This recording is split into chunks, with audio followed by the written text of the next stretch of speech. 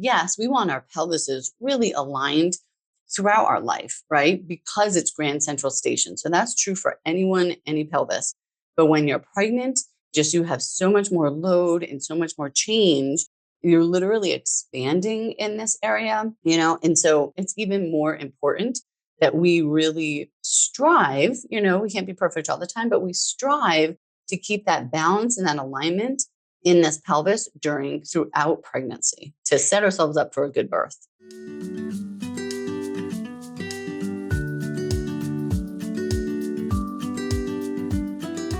Hello, everybody. All right, welcome. Today we're talking about staying balanced during pregnancy and why it's a game changer. So, Amanda, first, just jump in and let us know, what do we mean by balanced? What are we talking about?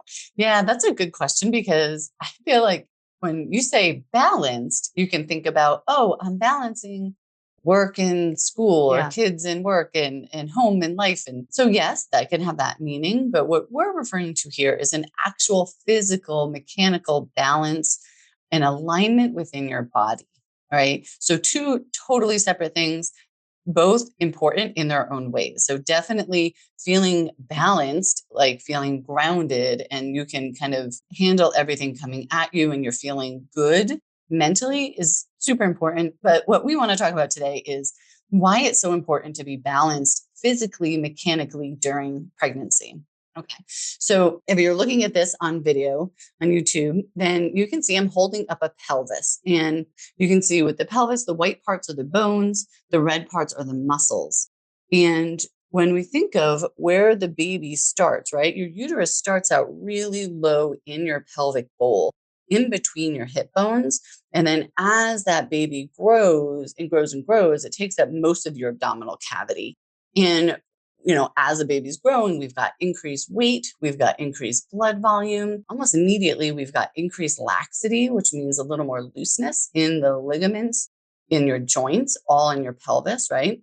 And so if you're looking at this pelvic structure, there's actually no muscle that goes and supports this pubic symphysis. So I'm pointing to the front here, and we can see this thick band of connective tissue of ligaments right in the center, but there's no muscle that kind of helps support that joint. Most muscles have joints, but when you deal with the pelvis, we're talking more about force and form closure, which means we're really relying on alignment and gravity and the pressure and the gravitational forces around these joints being aligned.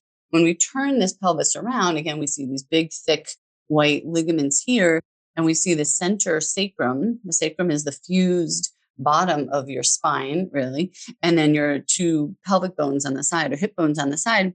Again, there's no little muscle that just goes from this joint or this bone and the hip to this bone on the sacrum. So we're really relying on ligaments and these connective tissue structures to keep these bones aligned. And again, why do we care about our pelvis being aligned is because the baby's growing, you have all this increased weight, and this has to take the brunt of it. The way I kind of teach my patients, and I say in sessions, is that your pelvis is kind of like grand central station. And so the timing has to be right.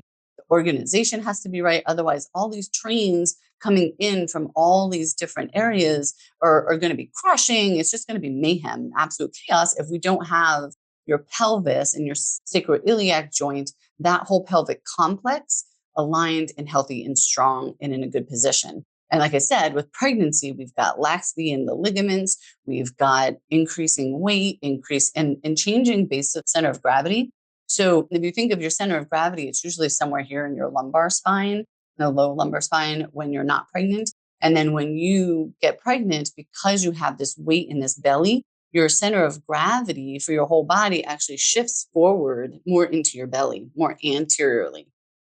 So all these changes with forces and everything is going to increase the demand on the muscles. It's going to change the bones and alignment. And then everything connects to everything, right? So your uterus is actually connected to your sacrum via special ligaments. Your uterus is connected to your pubic bone in front. So we need to make sure everything is playing nicely, everything is in its proper alignment, so that way your pregnancy progresses and your labor progresses and the baby can rotate and turn and do what it needs to do to dilate your cervix and let the baby come out for the whole birth process. I mean, it just keeps going down. So yes, we want our pelvises really aligned throughout our life, right? Because it's grand central station. So that's true for anyone, any pelvis. But when you're pregnant, just you have so much more load and so much more change. You're literally expanding in this area, and so it's even more important that we really strive, we can't be perfect all the time, but we strive to keep that balance and that alignment in this pelvis throughout pregnancy to set ourselves up for a good birth. Yeah. So when you're talking about that and I'm looking at this structure, it's like, how do you keep it balanced? It feels like how do I move my body to keep it, in alignment? Yes. And there are some doctors and some professionals that think, oh, the sacroiliac joint doesn't move. These things are immobile. And I'm doing air quotes if you can't see me. So I'm of the camp that believes, no, it absolutely is mobile and it can move. So how can we affect, even just these micro movements? Many ways, right? And I think the big picture way people think of is chiropractic. We are a big proponent of chiropractic care. And our program, Progressive Pregnancy, we talk all about how to find a good chiropractor. We give you questions to ask because we really believe strongly in linking up with a good chiropractor that is educated in working with the pregnant body. Super important to keep your joints and these ligaments and this connective tissue optimally functioning. Next is your pelvic floor physical therapist. I am a pelvic floor physical therapist. So yes, we know about all these things. And again, you want to find ideally a pelvic floor physical therapist or a pelvic floor occupational therapist, a pelvic floor therapist, someone who can do internal work. That is really, really, really key. Link arms with them. Even just one visit is so important to have the assessment of your muscles. And then they can assess, obviously, your joints and your sacroiliac joint and your pelvic alignment and help in conjunction with your chiropractor. So they're not mutually exclusive. We work well together as a team for your benefit. We kind of have two sides of the same coin. Like we kind of are looking at things a little bit differently, but they're very synchronistic. What's it like? In synchronicity. In sync. Yeah. So chiro PT, pelvic PT, or pelvic OT are my first recommendations. But there are really some simple things that you can be doing every day that we wanted to teach you today, right? So it sounds so simple, but it can actually be pretty hard, but it is so powerful. Number one, do not wear heels at all, even a kitten heel, if you can. I really highly recommend to all my clients, all my friends, anyone who will listen if they're pregnant, ditch the heels at least during pregnancy. What this will do is when you're wearing heels, it actually changes your pelvic alignment. And we just went through how there's so much more change going on in this structure and at this part of your body. We don't need yet more forces increasing the arch in your back and tilting your pelvis forward because your heels are now elevated in relation to your toes. So barefoot shoes and not wearing heels is good for everyone at all the time. We'll do another podcast episode on that. But really for pregnancy, heels would be so ideal to just not wear heels at all during your pregnancy for the alignment and for limiting the stress through your joints, making your body work less hard to keep that stability and that alignment there. Then number two would be don't cross your legs.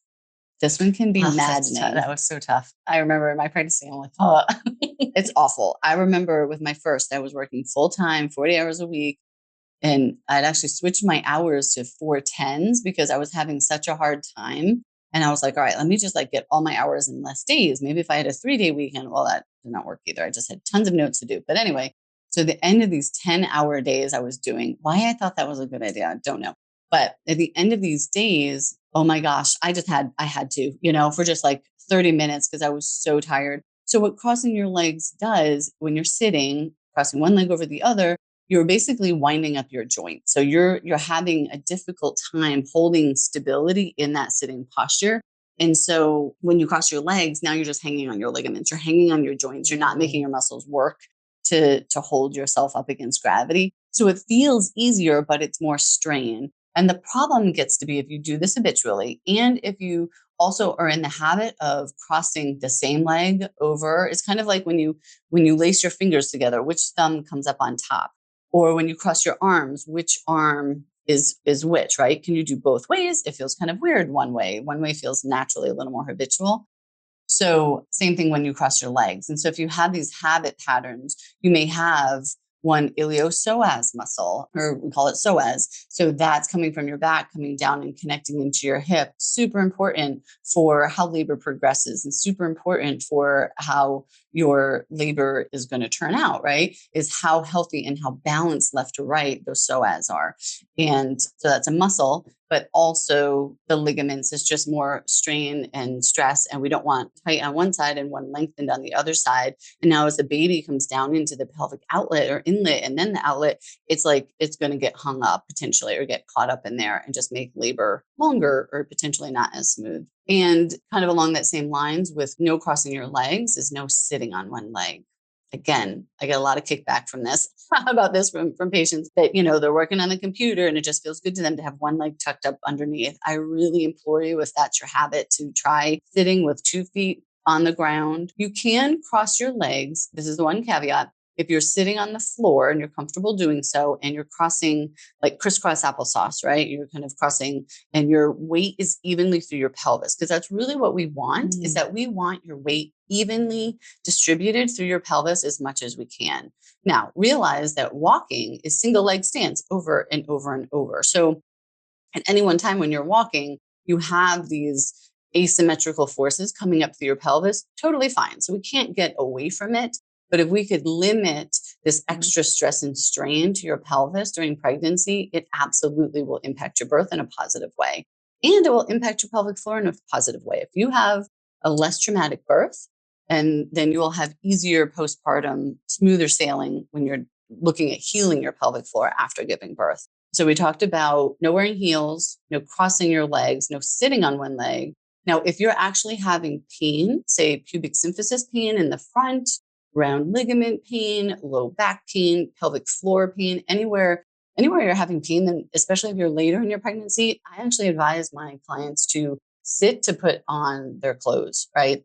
So actually sit down to put on your undies and your pants or your skirt or whatever. So you're not kind of standing there balancing on just one leg, which balance may or may not be an issue, but it's really that unilateral force, that pressure kind of coming up through your pelvis on one side versus the other.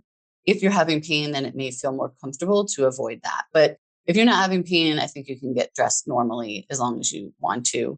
If it starts to just feel hard to do, then absolutely sit down to, put those socks on and tie up those shoes.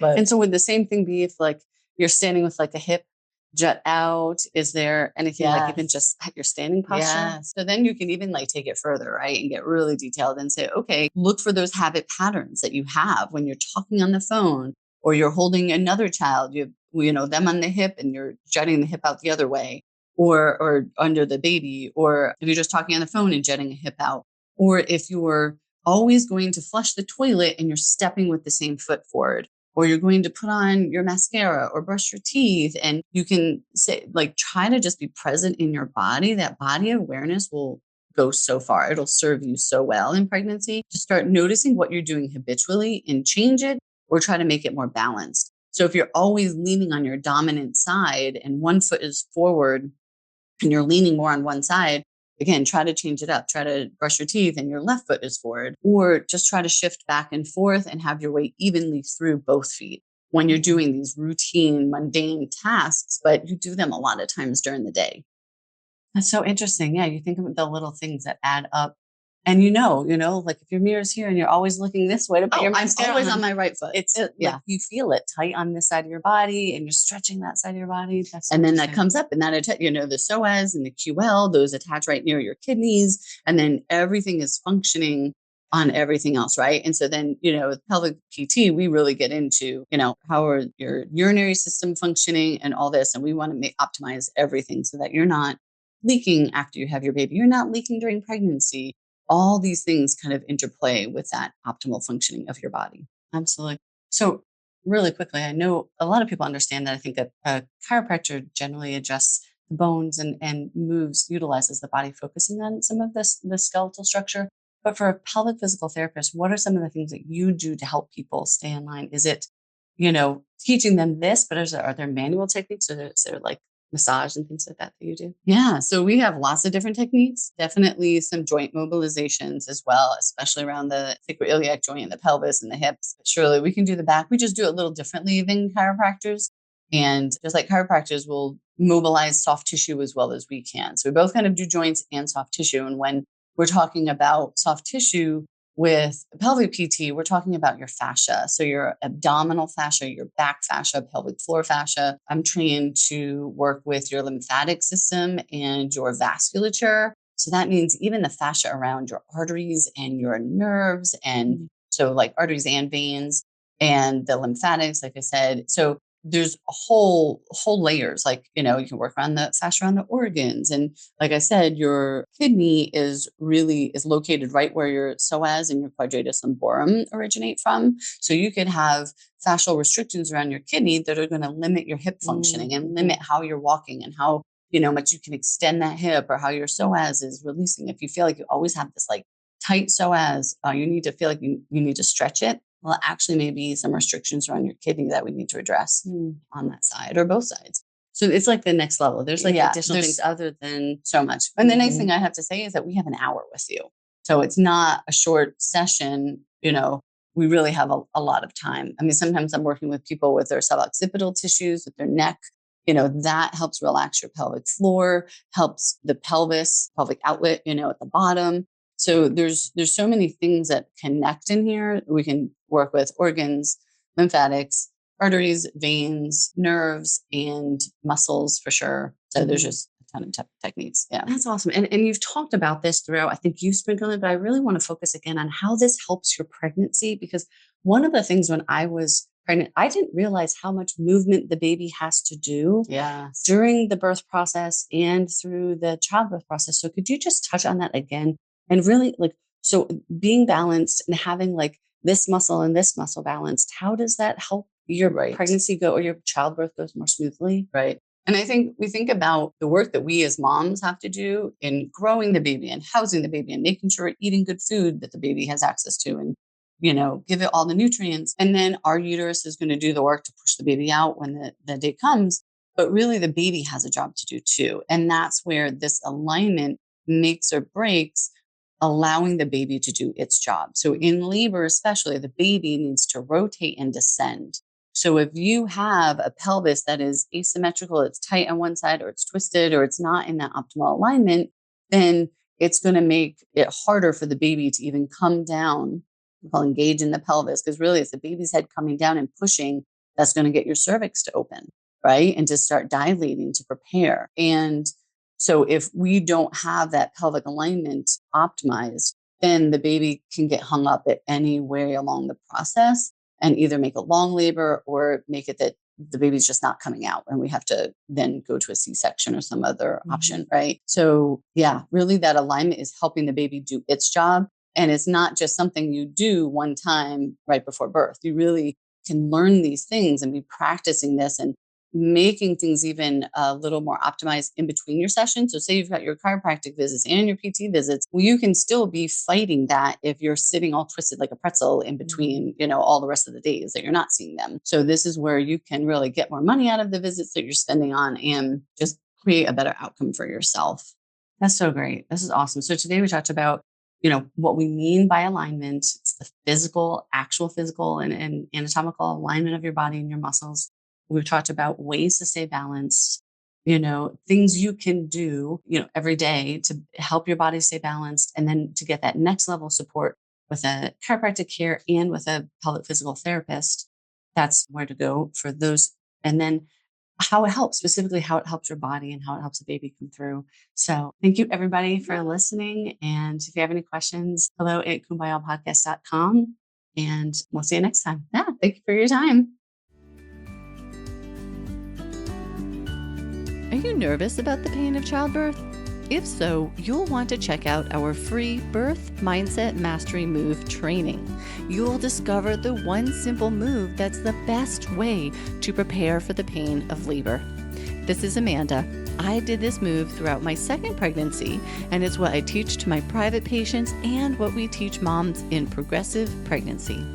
It can help you build confidence, increase your pain tolerance, and prepare your body for a more positive birthing experience.